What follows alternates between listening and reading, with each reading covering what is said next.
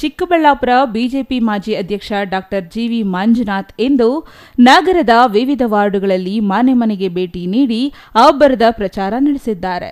ಕಣ್ಣಿನ ಶಸ್ತ್ರಚಿಕಿತ್ಸೆಗೆ ಒಳಗಾಗಿದ್ದ ಅವರು ಬಿಸಿಲಿನಲ್ಲಿ ಸಂಚರಿಸಬಾರದು ಎಂದು ವೈದ್ಯರು ಸೂಚನೆ ನೀಡಿದ್ದ ಕಾರಣ ಸಂಜೆಯ ವೇಳೆ ಹಲವು ಮೂಲ ಬಿಜೆಪಿ ಮುಖಂಡರೊಂದಿಗೆ ವಾರ್ಡುಗಳಿಗೆ ತೆರಳಿ ಪ್ರಚಾರ ನಡೆಸಿದರು.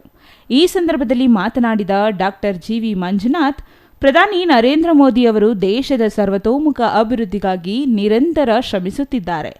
ದೇಶದಲ್ಲಿ ಬಿಎಸ್ಎನ್ಎಲ್ ಸೇರಿದಂತೆ ಹಲವು ಉದ್ದಿಮೆಗಳನ್ನು ಖಾಸಗೀಕರಣ ಮಾಡಿದ ಆರೋಪ ವಿರೋಧ ಪಕ್ಷಗಳು ಮಾಡುತ್ತಿವೆ. ಆದರೆ ಹಾಗೆ ಆರೋಪ ಮಾಡುವವರಿಗೆ ಮಾಹಿತಿ ಕೊರತೆ ಇದೆ ಎಂದು ಅವರು ಲೇವಡಿ ಮಾಡಿದರು.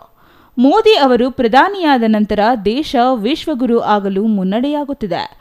ಆರ್ಟಿಕಲ್ 370 ರದ್ದು, ಅಯೋಧ್ಯೆಯಲ್ಲಿ ರಾಮಮಂದಿರ ನಿರ್ಮಾಣ ಸೇರಿದಂತೆ ಹಲವು ಕ್ರಾಂತಿಕಾರ ತೀರ್ಮಾನಗಳನ್ನು ಮೋದಿ ಅವರು ಕೈಗೊಂಡಿದ್ದಾರೆ. ಅಲ್ಲದೆ ಕಿಸಾನ್ ಸಮ್ಮಾನ್ ಯೋಜನೆಯಡಿ ರೈತರಿಗೆ ವಾರ್ಷಿಕ 6,000 ಹಣ ನೀಡುವ ಮೂಲಕ ರೈತರಿಗೆ ಮತ್ತು ಕೃಷಿ ಉತ್ತೇಜನಕ್ಕೆ ಕಾರಣರಾಗಿದ್ದಾರೆ. ಎಲ್ಲ ವರ್ಗದ ಜನರಿಗೂ ಅವರು ಅನುಕೂಲ ಮಾಡುತ್ತಿರುವುದಾಗಿ ಮಂಜುನಾಥ್ ಹೇಳಿದರು. ಪ್ರಚಾರದ ವೇಳೆ ಉತ್ತಮ ಪ್ರತಿಕ್ರಿಯೆ ವ್ಯಕ್ತವಾಗುತ್ತಿದ್ದು, ಜನರೇ ಮೋದಿ ಅವರನ್ನು ಮತ್ತೊಮ್ಮೆ ಪ್ರಧಾನಿಯಾಗಿ ನೋಡಲು ಉತ್ಸುಕರಾಗಿದ್ದಾರೆ. ಮೋದಿ ಅವರು ಪ್ರಧಾನಿಯಾಗಿದ್ದ 10 ವರ್ಷಗಳಲ್ಲಿ ಮಹಿಳೆಯರು, ವಿದ್ಯಾರ್ಥಿಗಳು, ಯುವಕರು ಎಲ್ಲ ವರ್ಗದ ಜನರ ಹಿತ ಕಾಯುವ ಕೆಲಸ ಮಾಡಿದ್ದಾರೆ. ದೇಶದ ಬಡವರಿಗಾಗಿ ಪ್ರಧಾನಿ ನರೇಂದ್ರ ಮೋದಿ ಅವರು 167 ಯೋಜನೆಗಳನ್ನು ಜಾರಿಗೊಳಿಸಿದ್ದಾರೆ. ಆ ಯೋಜನೆಗಳ ಮೂಲ ಬಡವರು ಬಡತನ ರೇಖೆಗಿಂತ ಮೇಲೆ ಬರಲು ಸಾಧ್ಯವಾಗುತ್ತಿದೆ ಎಂದರು. ದೇಶದಲ್ಲಿ ಆರೋಗ್ಯ, ಶಿಕ್ಷಣ, ಕೃಷಿ, ಸ್ವಚ್ಛ ಭಾರತ್ ಸೇರಿ ಹಲವು ಪ್ರಮುಖ ಯೋಜನೆಗಳು ಎಲ್ಲ ವರ್ಗದ ಜನರಿಗೆ ಸಹಾಯವಾಗಿದೆ. ರಾಜ್ಯದಲ್ಲಿ ಕಾಂಗ್ರೆಸ್ ಕೇವಲ 5 ಗ್ಯಾರಂಟಿಗಳನ್ನು ಮಾತ್ರ ನೀಡಿದೆ. ಆದರೆ ಪ್ರಧಾನಿ ಮೋದಿಯವರು 106 ಗ್ಯಾರಂಟಿಗಳನ್ನು ನೀಡುವ ಮೂಲಕ ದೇಶದ ಅಭಿವೃದ್ಧಿಗೆ ಅವರೇ ಗ್ಯಾರಂಟಿಯಾಗಿದ್ದಾರೆ. ಹಾಗಾಗಿ ಪ್ರಧಾನಿ 3ನೇ ಬಾರಿಗೆ ಪ್ರಧಾನಿಯಾದಲ್ಲಿ ಭಾರತ ವಿಶ್ವದಲ್ಲಿ ಎಲ್ಲಾ ರಂಗಗಳಲ್ಲೂ ಅಭಿವೃದ್ಧಿಯ ಮುಂಚೂಣಿಯಲ್ಲಿರುತ್ತದೆ ಎಂದು ಹೇಳಿದರು. ಬಿಎಸ್ಎನ್ಎಲ್ ಖಾಸಗೀಕರಣದ ಬಗ್ಗೆ ಕಾಂಗ್ರೆಸ್ ಮಾತನಾಡುತ್ತಿರುವುದು ಹಾಸ್ಯಾಸ್ಪದ. ಬಿಎಸ್ಎನ್ಎಲ್ ಯಾಕೆ ಆ ದುರಸ್ತಿಗೆ ಬಂತು ಎಂಬುದು ಬಹಿರಂಗ ಸತ್ಯ. 2014ರಲ್ಲಿ 2G ಸ್ಪೆಕ್ಟ್ರಮ್ ಹಗರಣ ಮಾಡಿದವರು ಯಾರು ಎಂದು ಪ್ರಶ್ನಿಸಿದ ಮಂಜುನಾಥ್, 2014ರಲ್ಲಿ ಎಷ್ಟು ಅಂಚೆ ಕಚೇರಿಗಳನ್ನು ಕಾಂಗ್ರೆಸ್ನವರು ಮುಚ್ಚಿದ್ದರು ಎಂಬುದು ನೆನಪಿದೆಯೇ?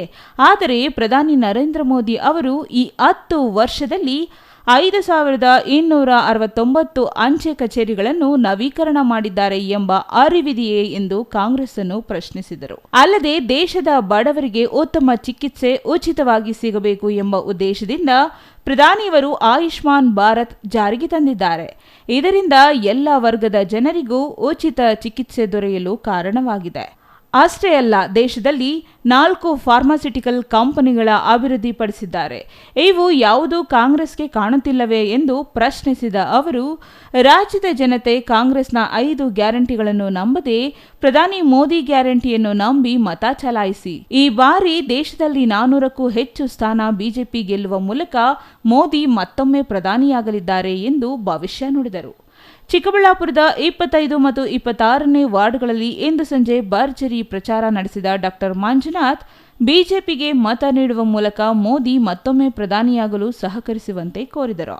ಈ ದಿವಸ ಇಂದು ಸಂಜೆ ವಾರ್ಡ್ ನಂಬರ್ 24 ಮತ್ತು 25ರಲ್ಲಿ ಬಿಜೆಪಿ ಪಕ್ಷದ ವತಿಯಿಂದ ನರೇಂದ್ರ ಮೋದಿಯವರನ್ನು ಮತ್ತೊಮ್ಮೆ ಪ್ರಧಾನಿಯಾಗಿ ನೋಡಲು ಮತ್ತು ಈ ಚಿಕ್ಕಬಳ್ಳಾಪುರ ಲೋಕಸಭಾ ಕ್ಷೇತ್ರದ ವತಿಯಿಂದ ಡಾಕ್ಟರ್ ಸುಧಾಕರ್ ಅವರನ್ನು ಗೆಲ್ಲಿಸಿ ನರೇಂದ್ರ ಮೋದಿಯವರ ಕೈ ಬಲಪಡಿಸಲು ಇವತ್ತು 24, 25ನೇ ವಾರ್ಡಿನಲ್ಲಿ ನಾವೆಲ್ಲ ಕ್ಯಾನ್ವಾಸ್ ಮಾಡ್ತಾಯಿದ್ದೀವಿ.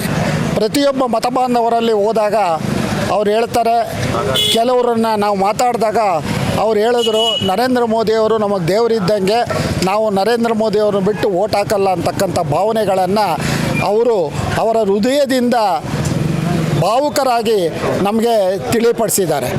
ನಾನು ಯಾಕಂದರೆ ಇವತ್ತು ಏನಾದರೂ ದೇಶದ ರಕ್ಷಣೆ, ದೇಶದ ಭದ್ರತೆ, ಬಡವರ ರಕ್ಷಣೆ, ಬಡವರ ಹಿತ, ದೇಶದ ಅಭಿವೃದ್ಧಿ, ದೇಶದ ಸರ್ವತೋಮುಖ ಅಭಿವೃದ್ಧಿಗೆ ಯಾರಾದರೂ ಮುಖ್ಯ ಕಾರಣಕರ್ತರು ಇರ್ತಾರೆ ಅಂದರೆ ಇವತ್ತು ಇಡೀ ವಿಶ್ವಕ್ಕೆ ವಿಶ್ವನಾಯಕರಾಗಿರ್ತಕ್ಕಂಥವರು ಸನ್ಮಾನ್ಯ ನರೇಂದ್ರ ಮೋದಿಜಿಯವರು.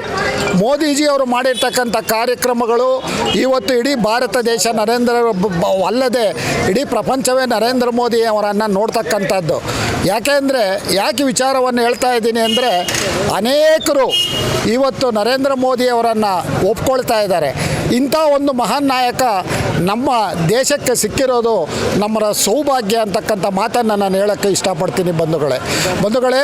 ಇವತ್ತು ನರೇಂದ್ರ ಮೋದಿಜಿಯವರು ಬಡವರಿಗಾಗಿ ಬಡವರ ಹಿತಚಿಂತನೆಯಿಂದ ಸುಮಾರು 167 ಸ್ಕೀಮ್ಗಳನ್ನು ಕೊಟ್ಟಿದ್ದಾರೆ. ಆದರೆ ಅದರಲ್ಲಿ 67 ಸ್ಕೀಮ್ಗಳು ಇವತ್ತು ಕರ್ನಾಟಕದಲ್ಲಿ ಬಡವರಿಗಾಗಿ ಕೊಟ್ಟಿದ್ದಾರೆ. ಹೇಳ್ತಾ ಹೋದರೆ ಒಂದೊಂದೇ, ಅದರಲ್ಲಿ ಮುಖ್ಯವಾಗಿ ಅನೇಕ ಸ್ಕೀಮ್ಗಳಲ್ಲಿ ಇವತ್ತು ಯಾವುದಾದ್ರೂ ಒಬ್ಬ ಬಡವನಿಗೆ 5 ಲಕ್ಷ ರೂಪಾಯಿ ಮೆಡಿಕಲ್ಲು ಕೊಡ್ತಕ್ಕಂಥ ಯಾವುದಾದ್ರೂ ಒಂದು ಸ್ಕೀಮ್ ಇತ್ತು ಅಂದರೆ ಅದು ಆಯುಷ್ಮಾನ್ ಭಾರತದಲ್ಲಿ ನರೇಂದ್ರ ಮೋದಿಯವರು ಮಾಡಿರ್ತಕ್ಕಂಥದ್ದು. ಬಂಧುಗಳೇ, ಇವತ್ತು ಉಜ್ವಲ ಯೋಜನೆ ಆಗ್ಬೋದು, ಕಿಸಾನ್ ಯೋಜನೆ ಆಗ್ಬೋದು, ಇವತ್ತು ವಾಜಪೇಯಿ ಏನು ಆಕ್ಸಿಡೆಂಟ್ ರಿಲೀಫ್ ಫಂಡಲ್ಲಿ ಕೇವಲ ಏನು ಜನಧನ್ ಯೋಜನೆಯಲ್ಲಿ 1 ರೂಪಾಯಿ ಕಟ್ಟಿರ್ತಕ್ಕಂಥವರಿಗೆ 2 ಲಕ್ಷ ರೂಪಾಯಿ ಆಕ್ಸಿಡೆಂಟ್ ರಿಲೀಫ್ ಕೊಟ್ಟಿರ್ತಕ್ಕಂಥ ಯಾವುದಾದ್ರೂ ಸರ್ಕಾರ ಇದೆ ಅಂದರೆ ಅದು ನರೇಂದ್ರ ಮೋದಿಯವರ ಸರ್ಕಾರ. ಇನ್ನು ಈ ಸಂದರ್ಭದಲ್ಲಿ ಬಿಜೆಪಿಯ ಮುಖಂಡರು, ಕಾರ್ಯಕರ್ತರು ಉಪಸ್ಥಿತರಿದ್ದರು. Jangalahalli Ashwath, CTV news, Chikkaballapur.